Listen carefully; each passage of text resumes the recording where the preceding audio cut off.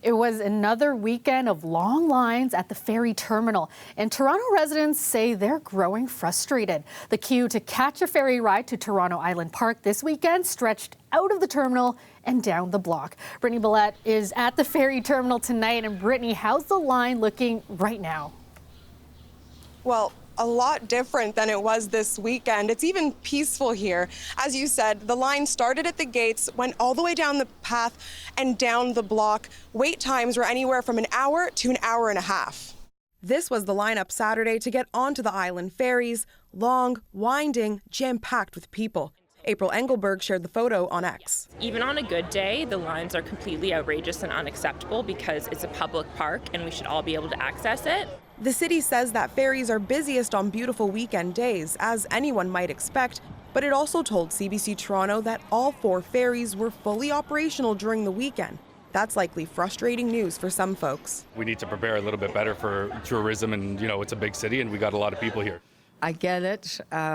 Over the weekend, my grandkids were also lined up, and I heard that it's hard. Toronto's ferry fleet carries more than 1.4 million passengers a year and has a combined capacity of 2,400 people. But the city says the current ferries are beyond the average industry lifespan, and earlier this month, council approved the purchase of 2 new ferries to replace a pair of older ones with a price tag of $92 million.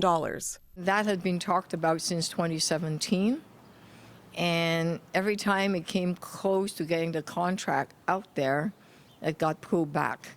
Chow said the replacements could alleviate wait times, but those are expected to be delivered in 2026 and 2027. Engelberg says she wants to see a bigger solution, a pedestrian bridge that connects Cherry Beach to Ward Island Park. So right now, the way we have it, it's like wait an hour and spend $30 to take your family to the equivalent of Central Park, whereas it should just be free and easy for everybody to access. Is very much an equity issue. She's not the only one with that opinion. Councillor Parthy Candeval seconded a motion in June calling for a fixed Eastern link. We've got to do a comparison versus the cost to build a fixed link. And keeping in mind, a fixed link wouldn't require the operating costs that we would have with the current and additional ferries. So a long-term and short-term investment analysis needs to be conducted.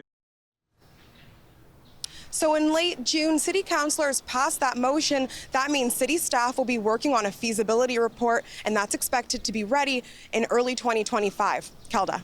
All right, thanks so much, Britnei. Our Britnei Bilhete reporting live for us from the ferry terminal tonight.